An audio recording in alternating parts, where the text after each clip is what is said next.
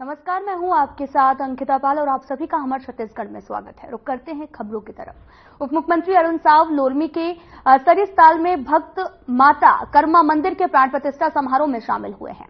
समारोह में ग्रामीणों को संबोधित करते हुए साव ने कहा कि भगवान जगन्नाथ यात्रा के पवित्र दिन मंदिर की प्राण प्रतिष्ठा हुई है।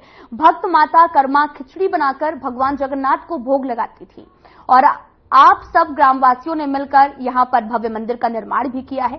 यह सराहनीय कार्य है। साथ ही आपके विधायक को उप मुख्यमंत्री के रूप में प्रदेश की सेवा करने का भी अवसर मिला है। वहीं सांसद तोखन साहू को भी केंद्रीय राज्य मंत्री बनाया गया है और उन्हें प्रधानमंत्री मोदी के साथ में काम करने का मौका भी मिला है। ये लोरमी क्षेत्र के लिए गौरव की बात भी है। साथ ही उन्होंने ये भी कहा है कि लोरमी के विकास में कोई भी कमी नहीं होगी।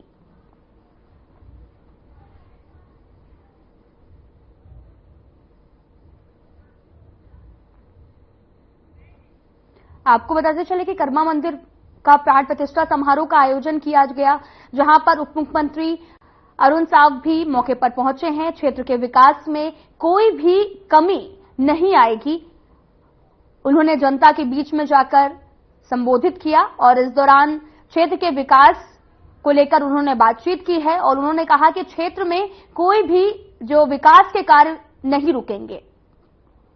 आप तस्वीरें देख रहे हैं जो कि लोरमी से हैं, जहां पर जगन्नाथ यात्रा रथ यात्रा का आयोजन किया गया था, जहां पर उप मुख्यमंत्री अरुण साव भी मौके पर पहुंचे थे और यहां पर उन्होंने जनता का अभिवादन भी किया और क्षेत्र के विकास की बात भी की है। दरअसल यहां पर प्राण प्रतिष्ठा कार्यक्रम का आयोजन किया गया था और मौके पर भी पहुंचे थे प्राण प्रतिष्ठा कार्यक्रम में, जिस दौरान उप मुख्यमंत्री ने कहा कि क्षेत्र के विकास में कोई भी कमी जो है वो नहीं आएगी।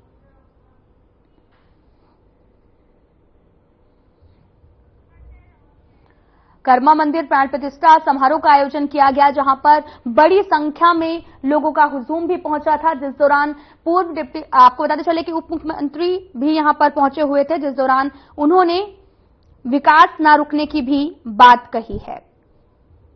आपको तस्वीरें दिखा रहे हैं जो कि अरुण साव की हैं, जहां पर वो मौके पर पहुंचे हुए थे, जिस दौरान उन्होंने जनता को भी संबोधित किया और लगातार आपको बताते चलें कि वो लोगों के बीच जा रहे हैं। उन्होंने ये भी कहा कि विकास के कार्य नहीं रुकेंगे। प्राण प्रतिष्ठा कार्यक्रम का आयोजन किया गया था, जहां पर अरुण साव भी मौके पर पहुंचे थे और इस दौरान जनता को संबोधित भी किया। दरअसल आपको बताते चले कि छत्तीसगढ़ के लोरमी में इस कार्यक्रम को रखा गया। बीजेपी कार्यालय लोरमी में विधानसभा स्तरीय बैठक भी की गई थी और बैठक में उप मुख्यमंत्री ने डबल इंजन की सरकार बनाने वाली सभी ऊर्जावान कार्यकर्ताओं का आभार व्यक्त किया था और इससे उन्होंने कहा कि लोरमी में डबल इंजन की सरकार बनी है, इसी तरह से सबकी जिम्मेदारी डबल होगी। हमें विकास के लिए काम को निचले स्तर पर ले जाना है, लोगों की समस्याओं को समय पर उनका निदान करना है।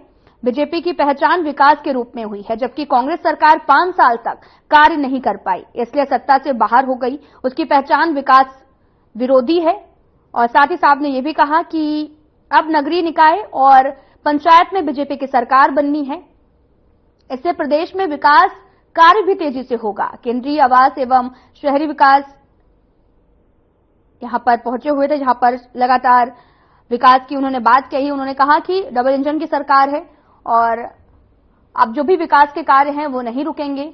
उप मुख्यमंत्री अरुण साव भी मौके पर पहुंचे थे, जिस दौरान उन्होंने जनता को संबोधित किया है। आपको तस्वीरें भी दिखा रहे हैं जो कि लोरमी से हैं, जहां पर कर्मा मंदिर की प्राण प्रतिष्ठा कार्यक्रम में शामिल होने के लिए पहुंचे।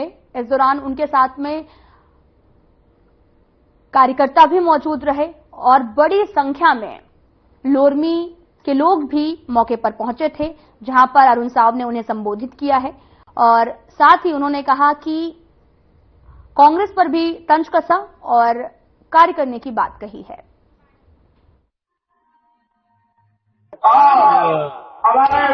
कर्मा माता के मंदिर प्राण प्रतिष्ठा समारोह संपन्न हुआ है और रथ यात्रा का पावन दिन है। इस पावन अवसर पर आज कर्मा माता के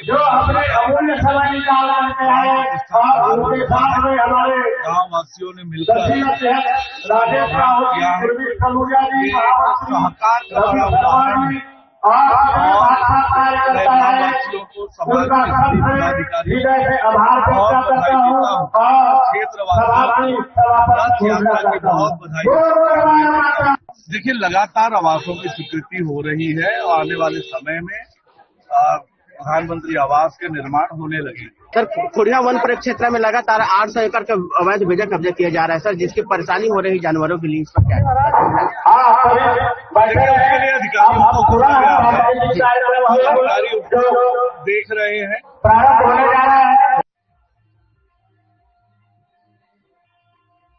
बताते चले कि कर्मा मंदिर का प्राण प्रतिष्ठा समारोह में शामिल होने के लिए अरुण साव पहुंचे थे, जिस दौरान उन्होंने जनता को संबोधित भी किया। विकास कार्य सुचारू रूप से यूं ही चलते रहेंगे और साथ ही क्षेत्र के विकास में भी अब गति आएगी। आपको बताते चलें कि लोरमी पहुंचे हुए थे, जिस दौरान उन्होंने जनता को संबोधित किया है और क्षेत्र के विकास की बात भी कही है और बड़ी संख्या में जनता भी पहुंची हुई थी अरुण साव को सुनने के लिए और प्राण प्रतिष्ठा कार्यक्रम का आयोजन किया गया, जिसमें बड़ी संख्या में श्रद्धालु भी पहुंचे थे और इस दौरान उन्होंने संबोधित भी किया, लोगों का आभार भी प्रकट किया। क्षेत्र के विकास कार्य लगातार सुचारू रूप से चलने की भी उन्होंने बात कही है। आपको तस्वीरें दिखा रहे हैं जो कि लोरमी से हैं, जहां पर प्राण प्रतिष्ठा कार्यक्रम का आयोजन किया गया और धूमधाम से प्राण प्रतिष्ठा हुई और कर्मा मंदिर प्राण प्रतिष्ठा समारोह में बड़ी संख्या में लोगों का हुजूम भी पहुंचा था। साथ ही उप मुख्यमंत्री अरुण साव भी मौके पर शामिल होने के लिए पहुंचे हुए थे।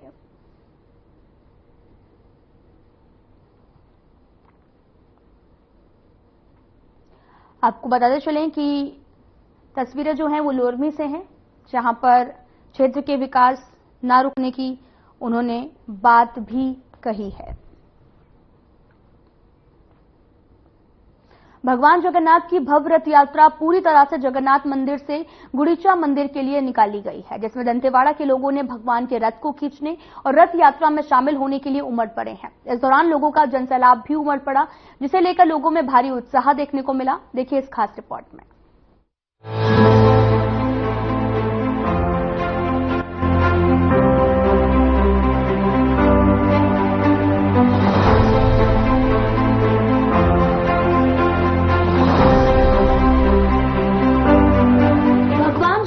की भव्य रथ यात्रा जगन्नाथ मंदिर से गुड़ीचा मंदिर के लिए निकाली गई है, जिसमें दंतेवाड़ा के लोगों ने भगवान के रथ को खींचने और रथ यात्रा में शामिल होने के लिए उमड़ पड़े। दंतेवाड़ा में 1972 में राघव मंदिर की प्राण प्रतिष्ठा हुई थी। इस मंदिर का प्राण प्रतिष्ठा जगत गुरु शंकराचार्य करपात्री महाराज के द्वारा हुआ था। इस मंदिर के प्रथम पुजारी राम साई मिश्रा थे, जो स्वयं के हाथों से बनाकर भगवान का भोग लगाते और स्वयं भोजन करते थे। अन्य किसी के भी हाथों का भोजन नहीं करते थे।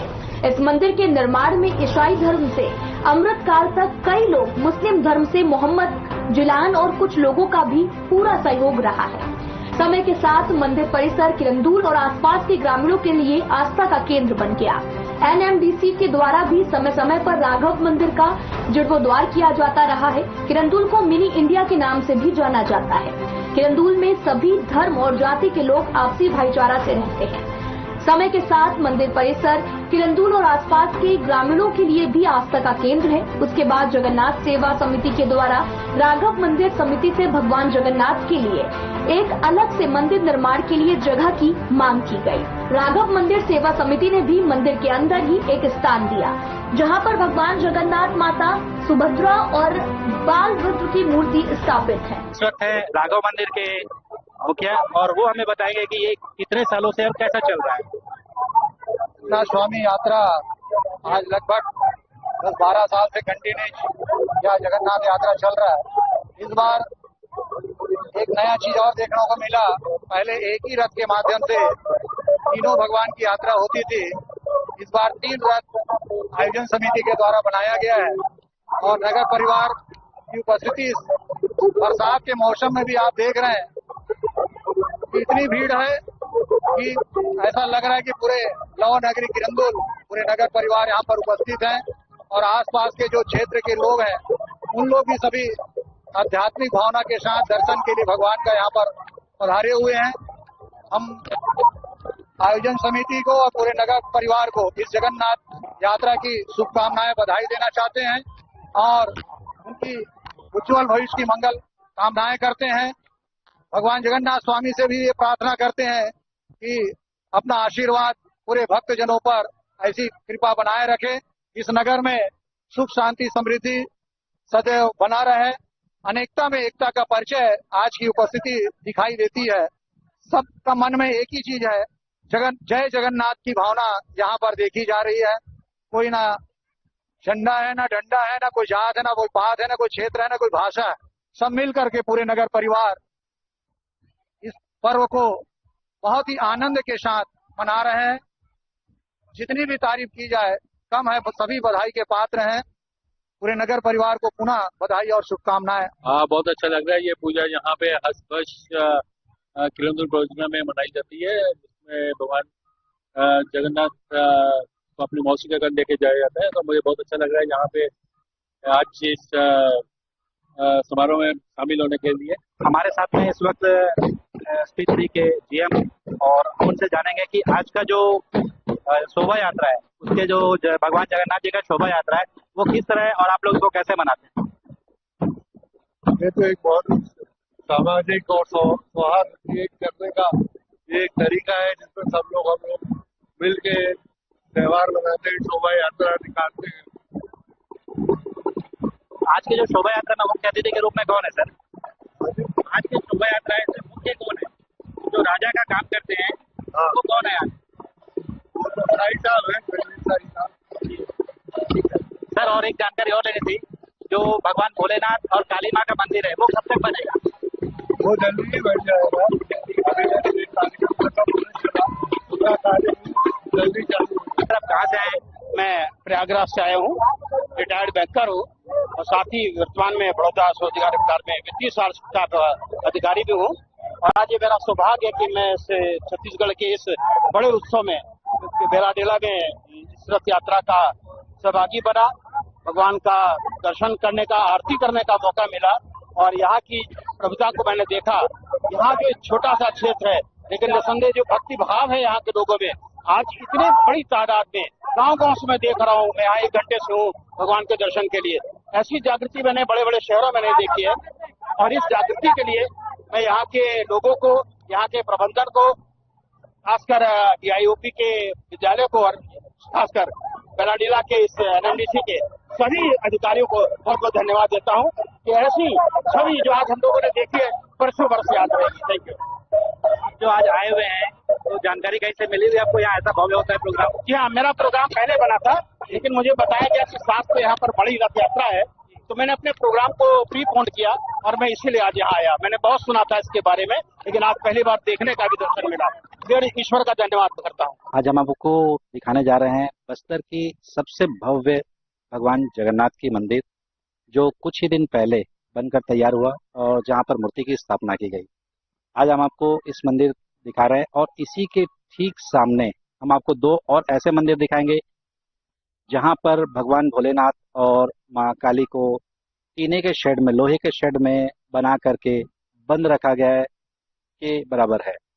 यहाँ शाम को खुलता है मंदिर और जैसे बारिश ज्यादा तेज आती है तो शंकर जी के मंदिर में पानी भी आ जा रहा है। किरंदुल के सभी समाज के लोगों ने राघव मंदिर को समर्थन और मांग लिखित की है। अब देखना होगा कि मंदिर का निर्माण कब तक होता है और बाबा भोलेनाथ और मां काली को लोहे की बंद 4 दीवारी से कब मुक्ति मिलेगी। वहीं आज जब हमने इस मंदिर को लेकर चर्चा की तो जानकारी मिली कि बहुत ही जल्द कार्य भी शुरू हो जाएगा। बाबा भोलेनाथ का मंदिर सावन से पहले बन के तैयार होने की बात भी कही जा रही है। Bureau report.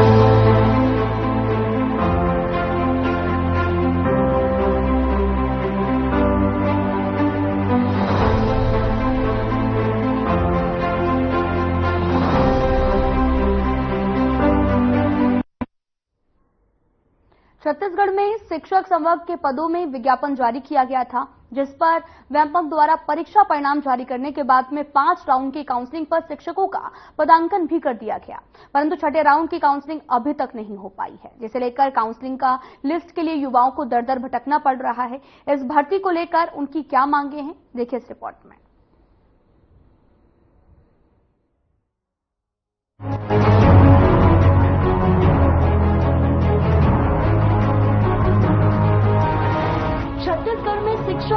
के पदों में विज्ञापन जारी किया गया था, जिस पर व्यापम द्वारा परीक्षा परिणाम जारी करने के बाद 5 राउंड की काउंसलिंग कर शिक्षकों का पदांकन भी कर दिया गया, परंतु छठे राउंड की काउंसलिंग अभी तक नहीं हो पाई है, जिसे लेकर काउंसलिंग की लिस्ट के लिए युवाओं को दर दर भटकना पड़ रहा है। छात्रों का भी कहना है कि वे लगातार सभी नेताओं और मंत्रियों के पास जाकर अपनी समस्या भी बता रहे हैं, लेकिन अभी तक उनकी समस्या का कोई भी समाधान नहीं हो पाया है।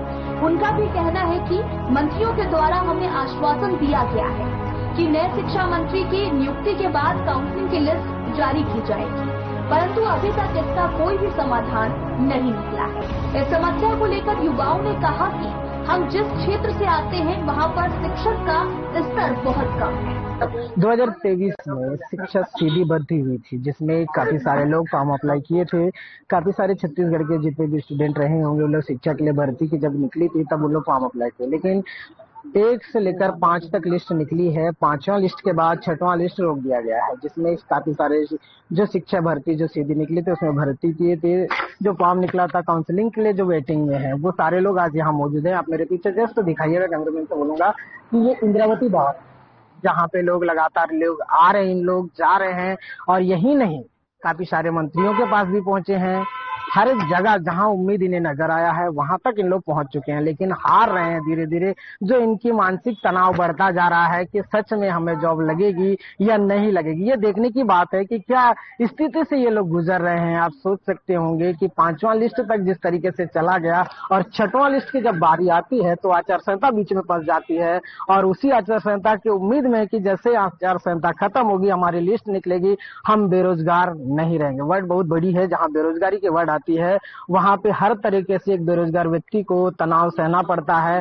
घर के बातों से, बाहर के बातों से, हर जगह पे उन्हें तनाव मिलती ही है। लेकिन हम बात करते हैं ऐसा क्या हुआ होगा कि अभी तक इनकी 6वीं लिस्ट नहीं निकली है। भाई आपसे बात करेंगे हम। क्या नाम है आपका? लक्ष्मण अमरकाम है। मैं बस्तर से आया हूँ और हम लोग लगभग 7-8 बार आ चुके हैं। हम लोग शिक्षक भर्ती 2023 के विद्यार्थी हैं। अभी तक लगभग 5वां लिस्ट जारी हो चुका है। 6वां लिस्ट आने के लिए लगभग 3-4 महीना गैप हो चुका है। जैसे अभी आचार संहिता 3 महीना का लगा था, उसके बाद आचार संहिता खत्म हुआ तो उसके बाद भी 1 महीना हुआ। 1 महीना के बीच लगभग हम लोग 7 या 8 बार आ चुके हैं। इसमें हम लोग मंत्री जी से मिले हैं, शिक्षा मंत्री जी से मिले हैं, सीएम साहब से भी मिले हैं, और हम लोग यहाँ पे DPI में भी आए हैं, शिक्षा विभाग में भी आए। यहाँ पे भी कई बार पूछे कि लिस्ट कब आएगा करके। यहाँ पे आश्वासन दिया जा रहा है कि कुछ सप्ताह बाद आएगा या फिर कुछ दिन बाद आएगा करके घुमाया जा रहा था। उसके बाद जब शिक्षा मंत्री अपना इस्तीफा दे चुके, उसके बाद बोल रहे हैं कि नहीं, अब नया शिक्षा मंत्री नियुक्त होंगे तब नया लिस्ट आएगा, वो आदेश देंगे तब बनेगा। लेकिन अभी जैसे कि सीएम साहब को अभी कार्यभार दिया गया है तो उनसे भी मिले हैं, उधर से भी उतना अच्छा रिस्पांस नहीं मिल पा रहा है। लेकिन उधर से अच्छा रिस्पांस मिलता और हम लोग का भर्ती शुरू हो जाता, काउंसलिंग शुरू हो जाता, तो हम लोग को काफी अच्छा मतलब महसूस होता, क्योंकि हम लोग का करियर अभी खतरे में है। हम लोग बहुत तनावग्रस्त हैं। कब शिक्षक भर्ती का प्रक्रिया शुरू होगा और हम लोग जॉब कब करेंगे, क्योंकि ऐसे भी स्कूल है जहाँ पे शिक्षक एक भी शिक्षक नहीं है। ऐसे सैकड़ों स्कूल हैं और ऐसे भी स्कूल है जिसमें सिर्फ एक टीचर के माध्यम से स्कूल को चलाया जा रहा है। तो बहुत सारी समस्याएं हैं। इसको समस्या को समाधान के लिए सर को कदम उठाना चाहिए, शिक्षक भर्ती की प्रक्रिया को शुरू करना चाहिए, तभी हम लोग को हम भी अपना सेवा दे सकें और कार्यरत रह सकें। ठीक भाई, भैया आपसे बात करना चाह रहा हूँ मैं, किस तरीके का परेशानी आप झेल रहे हैं लगातार मंत्रियों के पास, यानी कि इंद्रावती भवन, महानदी भवन, लगातार आप लोग लग रहे हो, कैसा ये किस टाइप का समस्या आप लोग झेल रहे हैं? पहला चीज तो यह है सर, हम दूर दराज से आते हैं सर। हम 450 किलोमीटर से रनअप करते हैं। जो उतनी दूर से हम आते हैं, रायपुर में आते हैं और DPI भी आते हैं, कभी शिक्षा मंत्री के पास जाते हैं, पूर्व शिक्षा मंत्री के पास जाते हैं, कभी CM के पास जाते हैं। हमारा कोई भी मतलब जो भी हम उनसे ज्ञापन दिया जाता है उससे कोई भी हम लोग को क्लियर नहीं मिल पा रहा है कि हमारे भर्ती कब होगी, जो हम लगातार कोशिश किए जा रहे हैं सर। 5वां लिस्ट तक कोई परेशानी नहीं रहा होगा? नहीं सर, 5वां लिस्ट तक कोई परेशानी नहीं था।